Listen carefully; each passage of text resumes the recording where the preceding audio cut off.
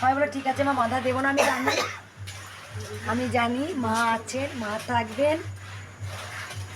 মায়ের মুখটা না, মায়ের মুখটা না, মা ছিলেন, দুজনকে মা আছেন, মা থাকবেন।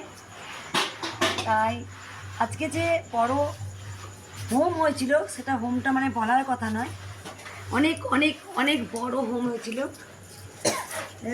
পেরেছি আমি করতে, মায়ের আশীর্বাদে যেন পারি। মায়ের আশীর্বাদে হাত যদি মাথায় থাকে, আমি অবশ্যই লাখো লাখো কোটি কোটি ভক্তের আজকে উপকার করতে পারবো।